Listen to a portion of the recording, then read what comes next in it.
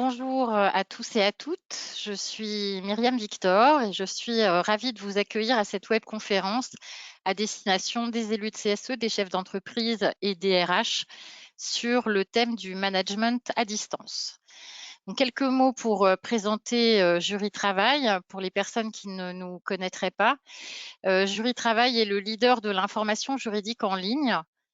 C'est tout d'abord des articles sur l'actualité juridique, mais c'est également un abonnement qui vous donne accès à une base documentaire juridique rédigée dans un langage clair, à de nombreux modèles de courrier ou de contrat, ainsi qu'à une équipe de juristes qui répondent à toutes vos questions par téléphone. Pour cette webconférence, nous avons fait de nouveau appel à l'expertise du cabinet Présence Conseil qui accompagne tout type de structure sur des sujets de qualité de vie au travail et d'impact psychosociaux partout en France. J'ai donc le plaisir de retrouver Madame Bérangère Ittinger, psychologue du travail et docteur en ergonomie du cabinet donc Présence Conseil. Madame Ittinger, bonjour et merci beaucoup d'être parmi nous. Bonjour, bonjour à tous et merci de m'avoir invitée. Donc, comme d'habitude, nous avions mis à votre disposition un formulaire en amont de cette webconférence afin de vous permettre de poser toutes vos questions. Nous les avons transmises à Madame Ittinger qui va y répondre. Nous avons prévu 45 minutes et nous essaierons de nous y tenir. Et si nous avons le temps, nous essaierons de prendre quelques questions supplémentaires. Si vous souhaitez poser des questions au cours de cette webconférence, Alice et Alexandra, nos juristes, sont chargés de vous aiguiller vers des articles ou dossiers de notre site dans la fenêtre de chat. Vous pouvez y accéder via la barre de configuration qui doit apparaître en bas ou sur le côté de votre écran via un bouton avec une petite main. Vous trouvez également les coordonnées du cabinet Présence Conseil sur la présentation que vous avez à l'écran. N'hésitez pas à les contacter si vous souhaitez en savoir davantage sur leurs solutions. Ultime précision avant de commencer, utile en cette période de crise sanitaire, Madame Ittinger et moi-même étant dans des lieux radicalement différents et seuls dans les pièces que nous occupons, c'est pour cela que vous nous voyez sans masque. Donc, vous nous avez envoyé encore une fois beaucoup de questions et merci encore de l'intérêt que vous nous manifestez. Donc, ces questions ont été organisées sous différentes thématiques. Tout d'abord, le maintien de la cohésion des équipes et la motivation des salariés, le suivi du travail effectué et la charge de travail, comment arriver à soutenir ses collaborateurs, la communication et ses outils, et enfin, comment préparer un retour en entreprise. Vous avez été nombreux à nous faire part de cette question également. En guise d'introduction, nous allons commencer par une question assez généraliste qui nous a été envoyée. Comment s'assurer d'une relation manager-salarié et salarié-manager efficace, respectueuse et suivie, permettant d'éviter la défiance? Alors, merci pour cette première question. Une relation finalement de qualité qui apportera satisfaction à l'ensemble des parties, au manager comme au manager, en ce contexte de crise et de transformation du travail, notamment vers le télétravail, c'est d'abord une relation qui, en termes de posture, en termes d'échange, va essayer de ressembler à ce qui fonctionnait bien dans le cadre des relations en présentiel. Bon. Ce qui est important, c'est également une relation basée sur la co-construction. Alors, co-construction de quoi? De qui? Eh bien, la co-construction entre l'ensemble des membres qui vont composer une équipe, un collectif de travail, un service, mise en adéquation avec les idées qui peuvent être apportées par le manager. Plus on va vers une co-construction, plus on va aller vers une collaboration et plus on va aller vers finalement une sorte de formalisme qui va apporter satisfaction au plus grand nombre. Un autre aspect important pour pouvoir aller le plus possible vers cette tendance qui est une relation à la plus qualitative possible, c'est de respecter sa posture en tant que manager. Je vais prendre une illustration. Un manager qui, voilà, dans le cadre de son activité en présentiel, a tendance à être assez participatif, il faut qu'il garde ce contenu-là, cette tendance-là dans le cadre du management à distance. Pareil, pour un manager qui lui aura tendance à travailler de manière assez directive avec ses équipes en présentiel et où ça fonctionne bien, où ça produit des effets intéressants, aura tout intérêt à garder cette même essence, évidemment en mettant quelques ajustements au niveau de ses pratiques managériales pour notamment faire face à la distance géographique, mais en tout cas, l'essence même de l'activité du manager et de sa posture doivent être respectées pour que ça puisse fonctionner. Donc, si on récapitule en quelques mots, maintenir sa posture en tant que manager et travailler sur justement cet aspect de co-construction ont toutes les chances de vous amener vers le maintien d'une relation de travail de qualité. Merci beaucoup.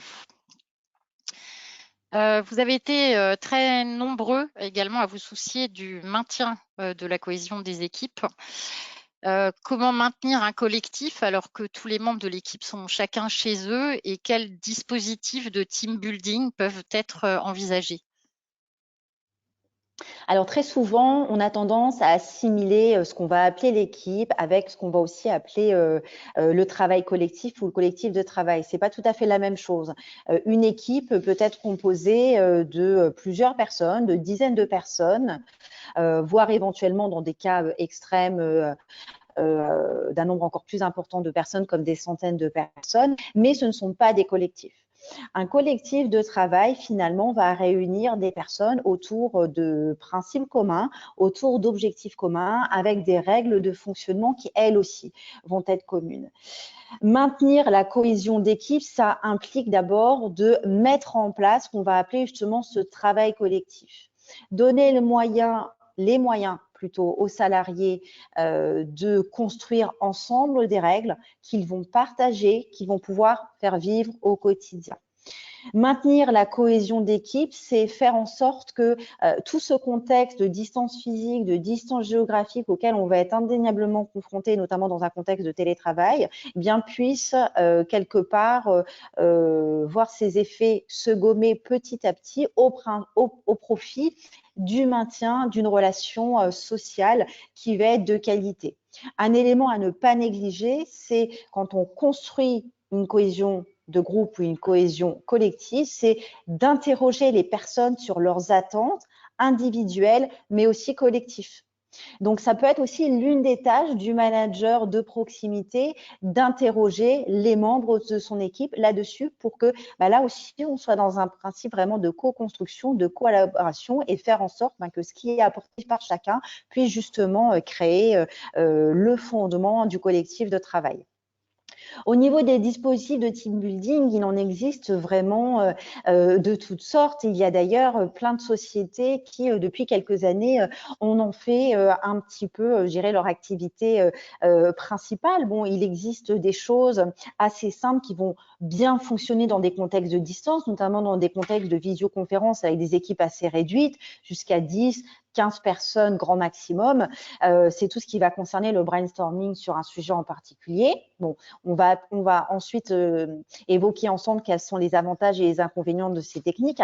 On va avoir également les techniques dites d'icebreaker, donc destinées à briser la glace. Donc, on fait intervenir des personnes au sein d'un collectif. Au départ, c'est un peu compliqué de permettre à chacun de se manifester et de prendre la parole. On va lancer un sujet et on va demander aux personnes de verbaliser, de dire quelques mots. Là où c'est intéressant, c'est de lancer un sujet directement en lien, soit avec le sujet de la réunion qu'on est en train de mener, soit avec les activités directement réalisées par les personnes. Parce que du coup, on n'est pas que sur un schéma qui va permettre de briser la glace, mais on va être aussi sur un schéma dit de co-construction, hein, pour reprendre mon idée de départ, et voilà, qui va vraiment permettre d'apporter quelque chose au collectif et à l'activité réalisée par chacun. Ce qui peut être aussi intéressant en termes d'activité de team building, c'est de mettre en place avec certains collaborateurs, certains services, ou peut-être une partie d'un service qu'on va appeler des ateliers dits de production sur des thématiques en particulier. Admettons que l'une de vos vocations en tant que manager, eh bien, c'est d'instaurer l'utilisation d'un nouvel outil technologique au sein de votre équipe. Eh bien, c'est de faire quelques semaines en amont, travailler ensemble vos collaborateurs sur qu'est-ce qui pourrait leur plaire sur cet outil, qu'est-ce qui leur plaît moins, quelles sont les zones de progrès, comment permettre d'améliorer. Donc voilà, on est vraiment sur des ateliers thématiques de production où chacun va pouvoir apporter quelque chose et in fine, ce n'est pas la production individuelle qui nous intéresse, mais c'est la production du collectif. Donc ça aussi, ça peut être une idée de team building intéressante. Un élément à retenir, c'est que toutes ces activités de team building vont avoir pour énorme avantage de faciliter la cohésion de groupe, donc de créer du collectif de travail, comme on en a parlé juste avant, mais elles sont aussi très sollicitantes sur le plan cognitif pour l'animateur et en l'occurrence le manager si c'est lui qui anime.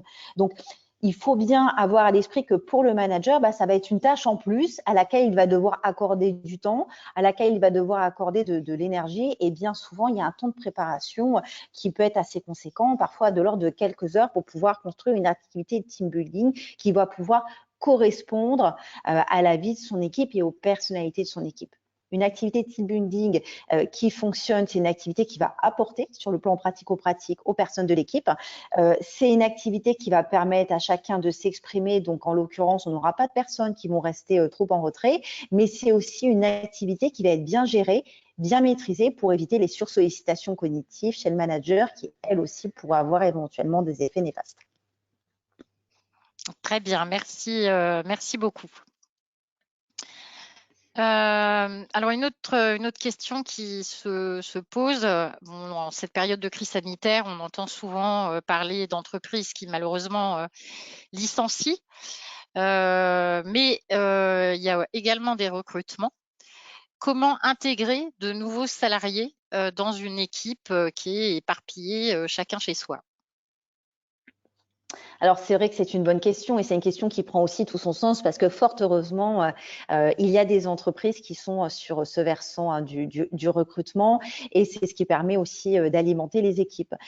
Le processus d'intégration est indéniable. Alors, vous allez me dire, comment on met en place un processus d'intégration à distance étant donné que d'habitude, ça se fait très généralement dans des contextes plutôt de coprésence. Bon, ce qui peut être intéressant, ce qui peut bien fonctionner, c'est la découverte virtuelle des activités des personnes du service ou des personnes de l'entreprise en fonction de la taille de la structure. Donc, ça nécessite quand même un petit travail de préparation, mais voilà, ça peut se faire sous la forme d'une web class de quelques minutes. Il faut éviter les formats qui dépassent une vingtaine de minutes parce que voilà, ça peut être aussi très sollicitant autant pour la personne qui regarde la web class que pour la personne qui va animer. Mais l'idée, c'est voilà, de donner une vue d'ensemble sur les activités et sur le qui fait quoi finalement au sein du service.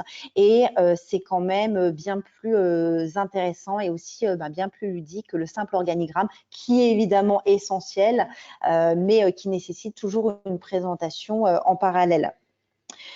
Le processus d'intégration également, c'est mettre en place, on va dire, tout ce qui va être des planifications de rencontres entre le nouvel embauché et les personnes déjà en présence dans le service. Donc là aussi, tout dépend de l'effectif, mais soit on peut permettre à la personne de rencontrer virtuellement, soit à travers une conf call, soit c'est encore mieux à travers une visioconférence, les personnes qui, à partir d'aujourd'hui, vont composer son équipe. Chacun aura la main libre pour pouvoir s'exprimer sur son activité, sur ses contraintes de travail, sur ses exigences, échanger aussi des conseils pratico-pratiques. Et ça permet quelque part de commencer déjà à se découvrir et d'avoir le sentiment déjà qu'on fait partie d'un collectif, même s'il y a cette barrière que représente la distance physique.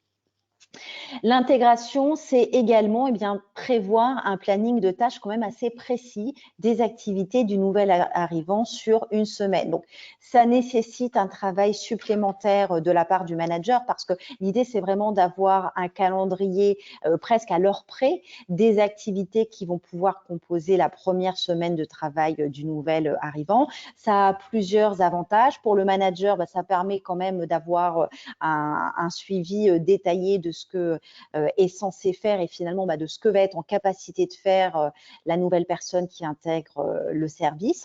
C'est également la possibilité pour le nouvel arrivant quelque part de se sentir rassuré, de sentir qu'il est attendu et de sentir que quelque chose a été préparé pour lui malgré ce contexte compliqué auquel tout le monde finalement est exposé. Autre aspect qui n'est pas à négliger et qui dépend évidemment des organisations dont le nouvel arrivant va faire partie, organiser une demi-journée de visite des locaux lorsque cela est possible, donc en compagnie du manager de proximité, vraiment pour permettre au nouvel arrivant de découvrir les espaces de travail, de découvrir le bureau qu'il occupera peut-être demain à la sortie de la crise sanitaire. C'est important parce que ce type d'image va générer sur le plan psychique une certaine représentation et va vraiment donner le sentiment au nouvel arrivé que ça y est, il fait partie d'une nouvelle équipe, il est pleinement intégré dans l'entreprise et il est attendu. Ce côté de réassurance est aussi très important. Un autre élément qui peut être aussi intéressant, c'est mettre en place ce que l'on va appeler un kit du nouvel arrivé. Donc, très souvent, et ça existait déjà avant la crise sanitaire, les entreprises avaient tendance à préparer une sorte de petit package qu'on envoyait par voie numérique aux nouvelles embauchées avec l'organigramme, peut-être un trombinoscope représentant les personnes de son équipe, le règlement intérieur. Ce sont des éléments qui sont très intéressants. Moi, ce que je vous conseille pour plus d'impact, c'est de préparer ce kit et éventuellement de l'envoyer par la poste au domicile du nouvel arrivant quelques jours avant sa prise de poste. Alors, l'idée, c'est pas déjà de commencer à lui donner du travail, mais voilà, c'est de lui donner des choses qui vont être palpables, qu'il va pouvoir feuilleter lui-même avec éventuellement peut-être des supports qui ont été créés par l'entreprise ou par le service dans lequel il va être inséré pour lui faire toucher la réalité de ce que sera son travail au quotidien. Un autre élément qui fonctionne aussi plutôt bien et qui n'est à ne pas négliger en ce contexte de crise et de distance physique, éviter la distance sociale, c'est aussi permettre aux nouvelles embauchées d'être suivies par ce qu'on va appeler une sorte de tuteur, un par un, qui va être là non pas pour lui permettre de découvrir ses activités, mais pour répondre à toutes ces questions pratico-pratiques qu'une nouvelle embauchée n'ose parfois pas poser à son manager ou n'ose pas poser à ses collègues directs. Très bien, merci. C'est très concret et c'est vrai que ça doit être vraiment essentiel pour un nouvel arrivant de se sentir désiré au niveau de l'accueil. Et vraiment, à titre personnel, j'aurais pas pensé à lui faire visiter les locaux, par exemple. Et c'est vrai que ça concrétise vraiment l'arrivée dans l'entreprise malgré le télétravail. Tout à fait. Alors, un autre sujet que nous souhaitions aborder, c'est le maintien de la motivation. Excusez-moi. Vous avez été très nombreux à utiliser également le terme de réactivité. Alors, on sentait peut-être des managers un peu angoissés qui se demandaient si leurs salariés étaient bien là. La situation perdurant et risquant de durer encore un bon petit moment. Quels conseils pouvez-vous nous donner sur ce sujet? Ça aussi, alors c'est une question qui est intéressante et qui est essentielle et à laquelle on a besoin de répondre quand on est manager. La question de la motivation revient déjà à la question suivante, comment gérer les espoirs à l'intérieur d'une équipe ou à l'intérieur d'un collectif de travail. Comment, lorsqu'on est manager, on fait en sorte que notre personnel se sente investi, motivé au quotidien, peu importe le contexte et peu importe finalement les exigences et les contraintes du travail. L'écoute active, la disponibilité du manager sont quand même des éléments qui vont rester déterminants. Un manager qui a tendance à rester en retrait de ses équipes, c'est un manager qui va peut-être passer à côté de besoins, d'attentes particulières des membres de son équipe, attentes qui, elles, pourraient permettre d'augmenter leur motivation.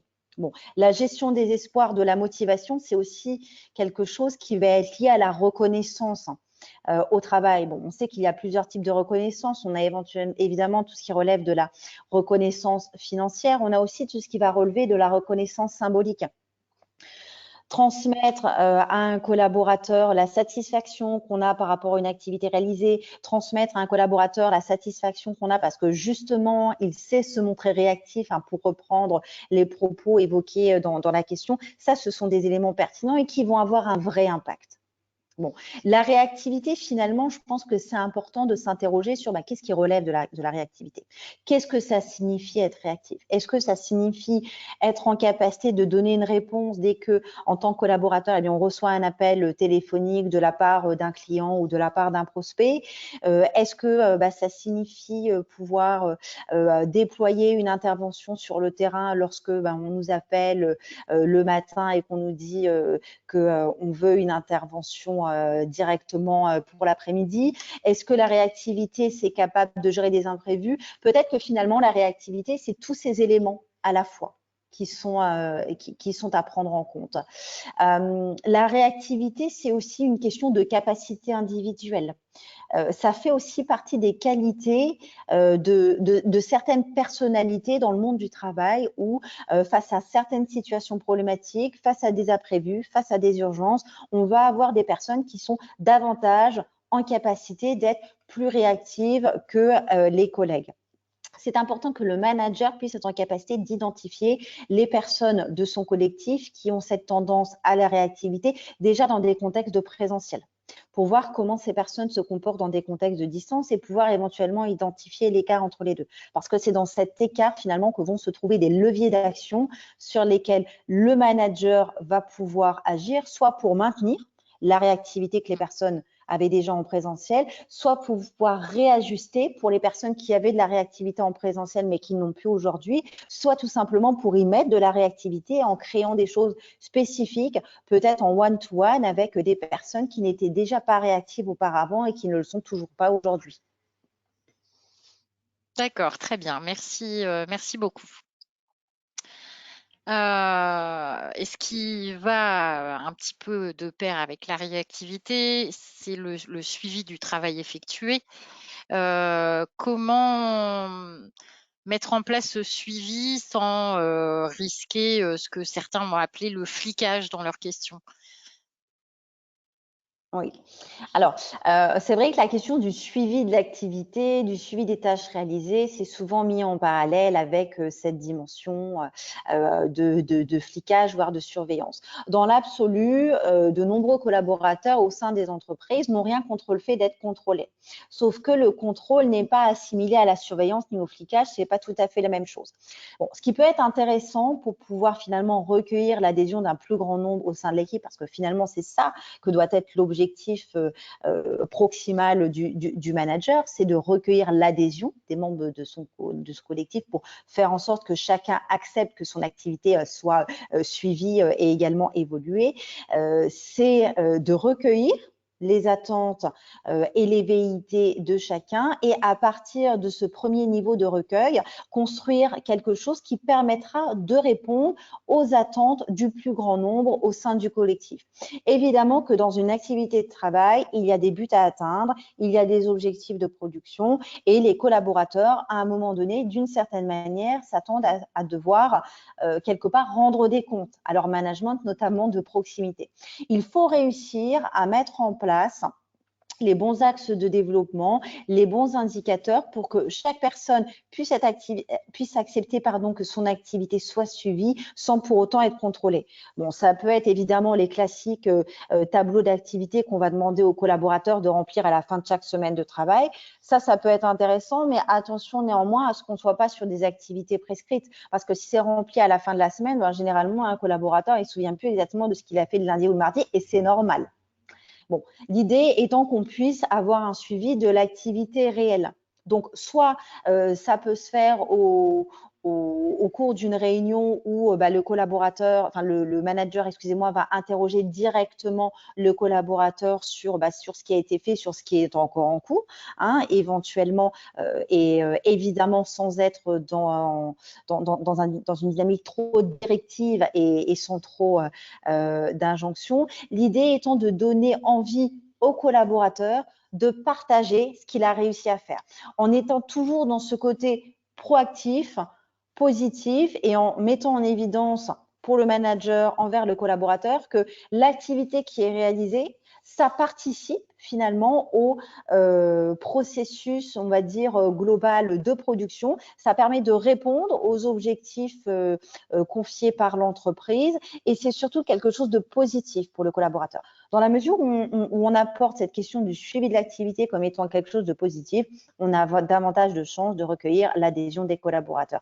À l'inverse, quand on présente les choses de manière négative, on aura davantage de risques à ce que les collaborateurs envisagent ceci comme étant plus du contrôle et de la surveillance. Et c'est vrai que quand on tombe dans cette dimension du contrôle et de la surveillance, non seulement on n'a pas l'adhésion des personnes, mais en plus de ça, on va avoir des comportements qui risquent d'être réfractaires.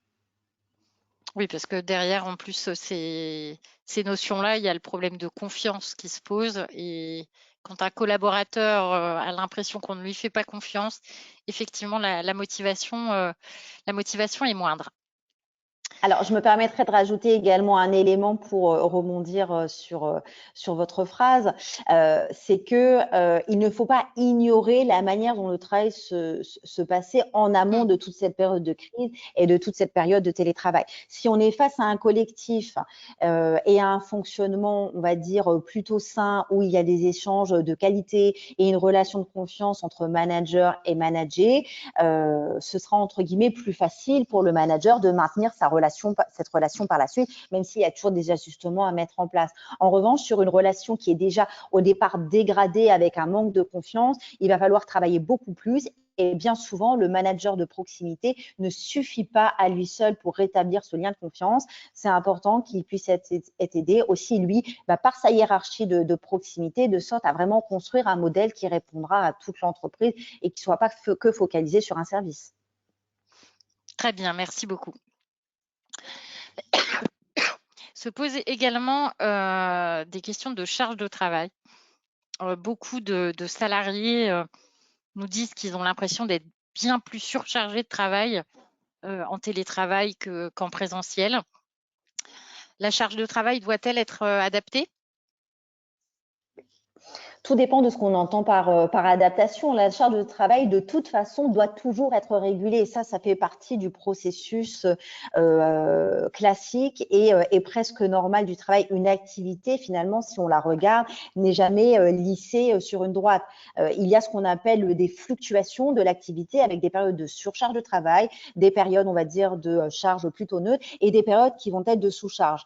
Là où il va y avoir un enjeu, notamment pour les managers, et pour le reste des personnels de direction, ça va être d'essayer d'anticiper le plus en amont possible sur la base d'indicateurs d'activité à quel moment vont survenir ce qu'on va appeler ces pics d'activité, c'est-à-dire ces situations de surcharge pour pouvoir les réguler. Donc, normalement, le télétravail qui, à la base, reste quand même une mesure d'organisation et une mesure de réalisation du travail qui doit être positive et qui doit permettre d'apporter tant à l'entreprise, au collectif de travail qu'aux collaborateurs, peut avoir des déviances. Dans certains cas, le collectif de travail, le télétravail, excusez-moi, peut être associé à ces situations de surcharge. C'est pour ça que c'est important de mettre en place des suivis d'activité parce que les suivis d'activité dont on parlait dans la question précédente vont aussi permettre justement de travailler sur ces indicateurs qui vont permettre d'anticiper les situations de surcharge de travail. Mais ce qui est important aussi, c'est d'être à l'écoute des collaborateurs. Est-ce que ceux-ci sont en capacité de verbaliser les situations de surcharge? Si oui, sur la base de quels éléments factuels? Le factuel est toujours très important parce qu'on va avoir la surcharge factuelle, objective, mais on va voir aussi tout ce qui va être surcharge de travail, on va dire, ressenti, attention, qui n'est absolument pas négligé parce que ça fait partie quand même de l'interprétation des collaborateurs, mais qui, on va dire, doit être traité par le management de manière différente. Donc, Adapter la charge de travail sous un principe de régulation de l'activité, oui, mais en anticipant, en regardant à quel moment de la semaine, du mois ou de l'année on va pouvoir avoir des pics d'activité. On peut se baser sur les indicateurs de l'année précédente. Ça tombe bien, quelque part. Pendant l'année 2020, on était déjà dans cette période un petit peu hybride où on avait beaucoup d'organisations qui étaient à la fois en télétravail et en travail en présentiel. Donc, on peut déjà avoir une certaine forme de référentiel. Mais en tout cas, adapter la charge de travail juste dans une perspective d'adaptation sans indicateur et sans éléments factuels à la clé, ça n'aura pas forcément d'efficacité ni même de résultat pour les collaborateurs et pour les collectifs. Très bien, merci beaucoup. Abordons donc maintenant la manière dont on peut soutenir ces équipes à distance, être à leur écoute. Là encore, c'est un peu nouveau. Comment faire? Il y a l'un de nos internautes qui avait posé une question de manière concrète. Comment maintenir la porte ouverte alors qu'il n'y a plus de bureau, il n'y a plus de porte? Il y a beaucoup plus que ça entre le manager et son équipe. Alors, la formulation de cette question est très intéressante parce que quelque part, elle montre que dans beaucoup d'esprits, l'interaction entre les personnes devrait se passer dans un contexte de proximité physique ou de proximité géographique. Finalement, non. Ce qui est important, c'est pas d'être proche des gens sur le plan physique, mais c'est d'avoir cette proximité sociale qui permet aux interactions d'être de bonne qualité, qui permet d'identifier les personnes qui éventuellement vont être en situation difficile. Et pour reprendre les propos du participant, de laisser entre guillemets cette porte ouverte. Un conseil que j'ai à donner aux personnes qui participent à cette session de travail, c'est d'être à l'écoute de ce qu'on va appeler les signaux forts et les signaux faibles, qui pourraient être le signe d'une dégradation des conditions de travail, ou en tout cas une dégradation des conditions de bien-être au travail et de qualité de vie au travail des collaborateurs. Les signaux forts vont être représentés par des signes qui vont être manifestes, concrètement observables. Donc, par exemple, une personne qui, au fil des réunions Skype ou Teams, par exemple, a tendance à se replier de plus en plus sur elle-même, à ne plus participer, ou lorsqu'on va l'interroger, c'est une personne qui va donner très peu d'informations, alors qu'au préalable, notamment dans des contextes de coprésence, elle était plutôt disposée à partager des informations. À côté des signaux forts, on a tout ce qu'on appelle aussi des signaux faibles. Bon, là, c'est effectivement un peu plus compliqué parce que c'est toutes ces symptomatologies beaucoup plus latentes et beaucoup plus, on va dire, insidieuses qui va un peu gouverner les comportements, les manières d'agir et les manières de réfléchir de chacun. Mais il y a quand même des signes qu'un manager qui est à l'écoute et sait se rendre disponible va pouvoir identifier. Une personne qui va donner le sentiment à un manager. Alors, attention, oui, on est sur du ressenti, mais ce que je disais tout à l'heure, le ressenti est important.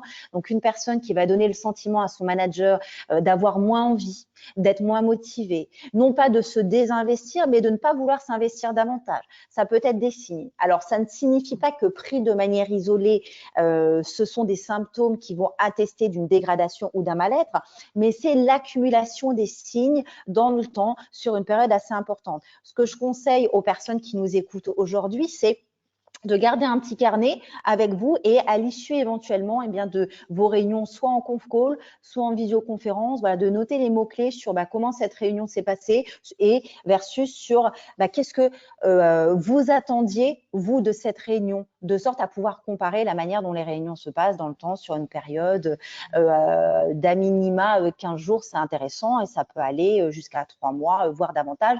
Pourquoi? Parce qu'on le disait tout à l'heure, finalement, les points de progrès et les points de vigilance se trouvent dans les écarts. Donc, plus le temps va passer, plus vous allez pouvoir identifier si à la fois sur le plan individuel et sur le plan collectif, il y a des fluctuations. C'est une manière de laisser la porte ouverte aux personnes, d'être à l'écoute des signaux à la fois forts et faibles qui pourraient être le témoin d'une dégradation. Très bien, merci beaucoup. Et quels conseils pouvons-nous donner aussi à des collaborateurs pour les aider à séparer vie personnelle et vie professionnelle? Puisqu'avant, il y avait une séparation géographique naturelle. Là, il y a une forme d'unicité de lieu. Tout se joue au même endroit, donc la confusion peut être plus grande. Pardon. Ce lieu unique, dans le contexte qui est celui d'aujourd'hui, on va avoir du mal à aller à l'encontre.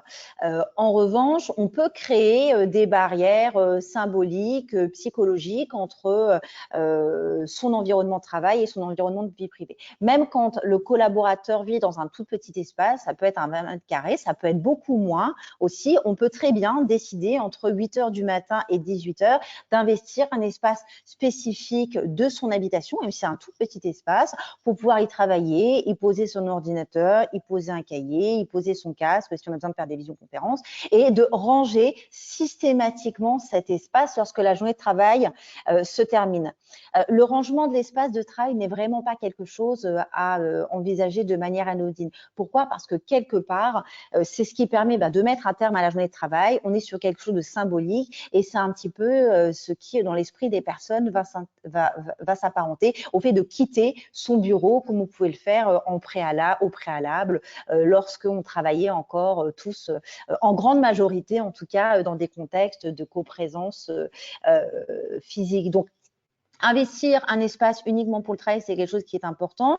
Un autre aspect, c'est vrai qu'on ne cesse de le répéter, mais respecter les principes du droit à la déconnexion, ça aussi, c'est pas quelque chose d'anodin parce que il y a énormément d'organisations aujourd'hui, de managers qui font beaucoup pour les collaborateurs et qui rappellent ces principes du droit à la déconnexion, voilà, qui expliquent que quand on reçoit un mail en dehors des horaires de travail, il a été envoyé pour des raisons qui appartiennent à la personne qui l'envoie, mais par contre, la personne qui le reçoit n'est absolument pas tenue de le lire avant le démarrage de sa prochaine journée de travail. Donc, je pense qu'il y a aussi cette espèce, si vous voulez, de responsabilisation de chacun où il faut vraiment s'astreindre à ce que, voilà, on ferme notre ordinateur ou notre cahier à 18 heures, on passe sur une autre sphère de notre vie. Le téléphone professionnel, si on a besoin de le laisser allumé parce que quelque part ça rassure et parce qu'on n'a pas envie non plus d'avoir un stress supplémentaire, pourquoi pas le laisser allumé, mais à ce moment-là, le mettre en silencieux. Mais vraiment, voilà, mettre en place un certain nombre de rituels pour que peu à peu, on revienne dans cette séparation, même si elle est très mince, entre vie privée et vie professionnelle. Un autre aspect qui peut aider, mais c'est également propre à chaque type d'organisation, pour les personnes qui en ont la possibilité et là où c'est permis, peut-être revenir une demi-journée par semaine ou une journée par semaine sur le lieu de travail au sein de l'entreprise pour maintenir ce lien, je dirais, presque physique, presque palpable avec son ancienne organisation et essayer de se créer des schémas mentaux que ensuite on va pouvoir rapatrier sur notre nouveau lieu de travail qui est souvent en ce moment en tout cas le domicile. Tout à fait, merci. Alors, le temps file à toute allure. Il nous reste 7 minutes pour aborder la fin de cette webconférence. Donc, il nous faut parler aussi des différents outils de communication, justement aussi pour maintenir la sphère privée, vie privée, vie pro. L'email, le chat, la visio ou le téléphone sont plus ou moins invasifs dans la sphère privée.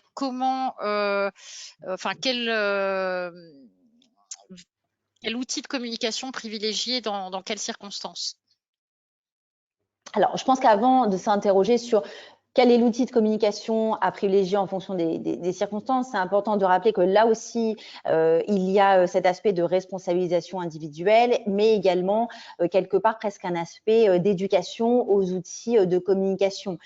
Communiquer à travers des outils, c'est bien, mais les outils finalement restent que des moyens de communication. La communication, c'est d'abord des contenus, c'est d'abord des mots qui vont être créés, choisis de manière aussi assez méticuleuse et qui vont permettre de faire passer des messages. En fonction de l'importance du message à faire passer, on va choisir un outil de communication plutôt qu'un autre.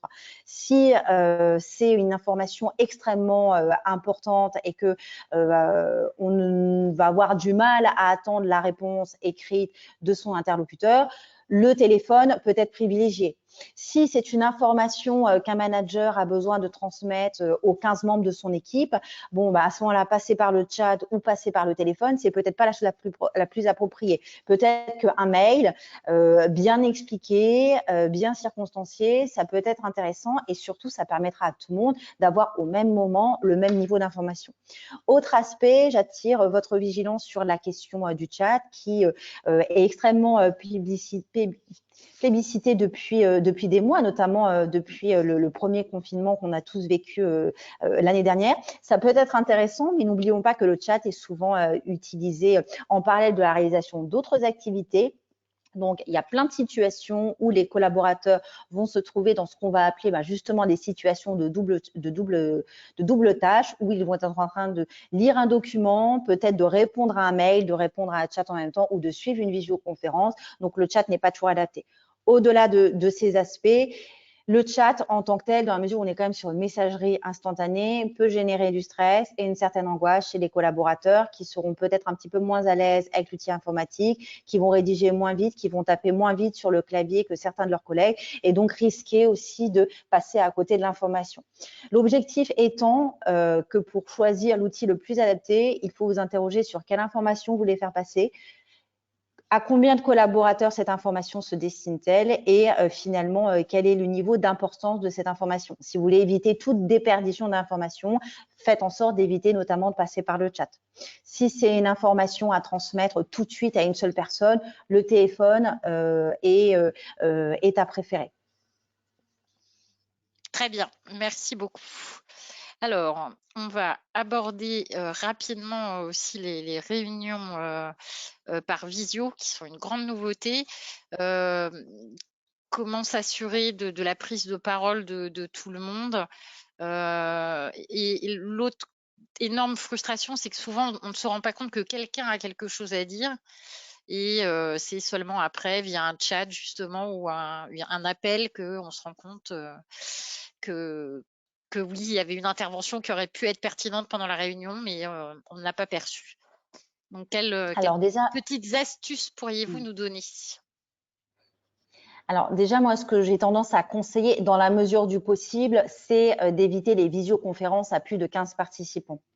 Pourquoi? Parce que ça devient très difficilement gérable, surtout si on n'est pas que dans de la descente d'informations. Si maintenant on est uniquement dans la descente d'informations, qu'on n'a que l'animateur qui parle, comme c'est le cas par exemple dans le cadre d'un webinar et qu'il y a peu d'interaction, pourquoi pas? Si maintenant on est sur une réunion de travail qui vise à produire, mieux vaut réduire le groupe et à la limite faire deux sous-groupes. Bon, ce qui est essentiel au tout démarrage de la réunion, déjà, c'est que l'animateur puisse présenter vraiment de manière claire, mais aussi concise, les objectifs. Ensuite, dans un second temps, faire un tour de table virtuel avec le recueil des attentes de chacun. Pourquoi? Parce que, évidemment, l'animateur de la réunion aura constitué un programme auquel il va essayer de se fier, mais recueillir les attentes, ça permet aussi d'adapter le discours et d'être sûr de pouvoir correspondre aux besoins de chacun et éventuellement d'identifier les questions particulières de certaines personnes qui ne pourraient pas être traitées et de leur glisser un mot en leur disant bon, voilà, telle question n'a pas pu être abordée pour telle raison. Par contre, il y a un autre espace où on va pouvoir aborder cette question. En tout cas, c'est pas mis de côté. C'est important. Le recueil des attentes est vraiment quelque chose de primordial, qui n'est pas fait que pour permettre à chacun de commencer à prendre la parole, mais qui est surtout fait pour pouvoir donner un fil directeur, un fil rouge à cette réunion. Autre aspect, c'est important que les temps de réunion soient maîtrisés. Donc, c'est-à-dire que si on s'accorde au départ sur un temps de réunion d'1 heure, admettons une fois tous les lundis matins, c'est important de pouvoir s'y tenir et d'éviter que ça déborde. Même un débordement de 10 minutes, un quart d'heure peut être extrêmement stressant, extrêmement angoissant pour certaines personnes, surtout si elles ont un planning assez chargé par la suite. La visioconférence, c'est très bien à condition de mettre en place un certain nombre de règles qui sont connues, mais également partagées par tous les participants à la visio. Très bien, merci beaucoup. Et enfin, nous terminons donc par notre question qui vise à préparer le futur, même si ce futur semble s'éloigner encore plus de nous en ce moment. Le retour dans l'entreprise, comment préparer les salariés à ce retour et comment les aider à affronter leurs craintes. Je pense entre autres aux grandes villes avec l'appréhension des transports en commun, par exemple. Alors, il y a plusieurs manières de faire. Alors, déjà, c'est important de contextualiser la reprise du travail dans les locaux. Dans quel contexte précis cette reprise se fait? Et je ne parle pas du contexte à proprement parler sanitaire, mais plutôt du contexte organisationnel. Dans quelle situation l'entreprise se retrouve au moment de la reprise? Est-ce qu'on est dans un contexte de réorganisation? Est-ce que l'entreprise vise à remettre exactement les processus de travail en place comme c'était le cas en janvier 2020, par exemple? Est-ce qu'on part sur complètement autre chose? C'est important d'avoir ces éléments-là déjà au départ. C'est important que, quelles que soient les décisions qui sont prises, celles-ci puissent être communiquées, alors évidemment dans la mesure du possible, aux collaborateurs pour qu'ils puissent avoir un minima, un niveau d'information lorsqu'ils vont revenir dans les locaux.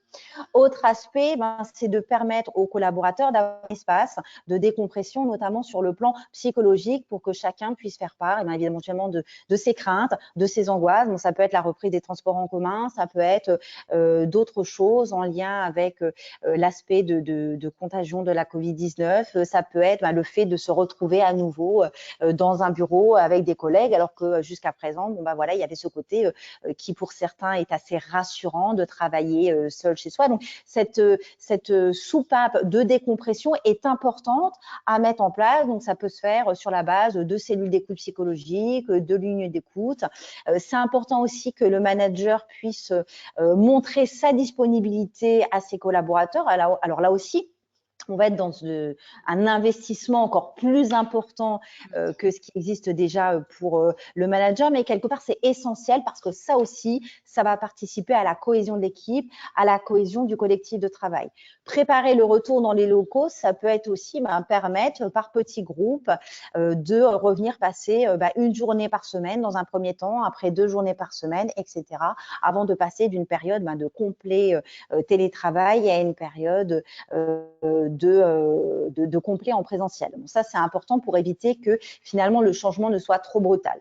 Un autre aspect, accompagner ce changement de sorte à ce que ça corresponde à l'activité des équipes. Je vais prendre un exemple. Si on est sur une équipe composée à la fois de personnes qui sont sédentaires versus des personnes qui vont avoir une activité peut-être de commerciaux qui vont passer beaucoup de temps sur le terrain, c'est de donner des réponses particulières à chacune de ces catégories de métiers. Il faut vraiment tenir compte des spécificités des équipes, de l'émulsion collective à l'intérieur des équipes, mais aussi surtout de ce que souhaite chaque personne.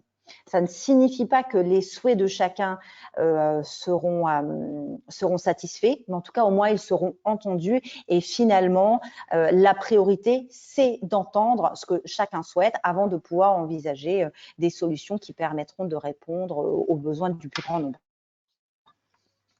Merci beaucoup. Voilà, donc on a terminé avec quelques minutes de retard, je m'en excuse.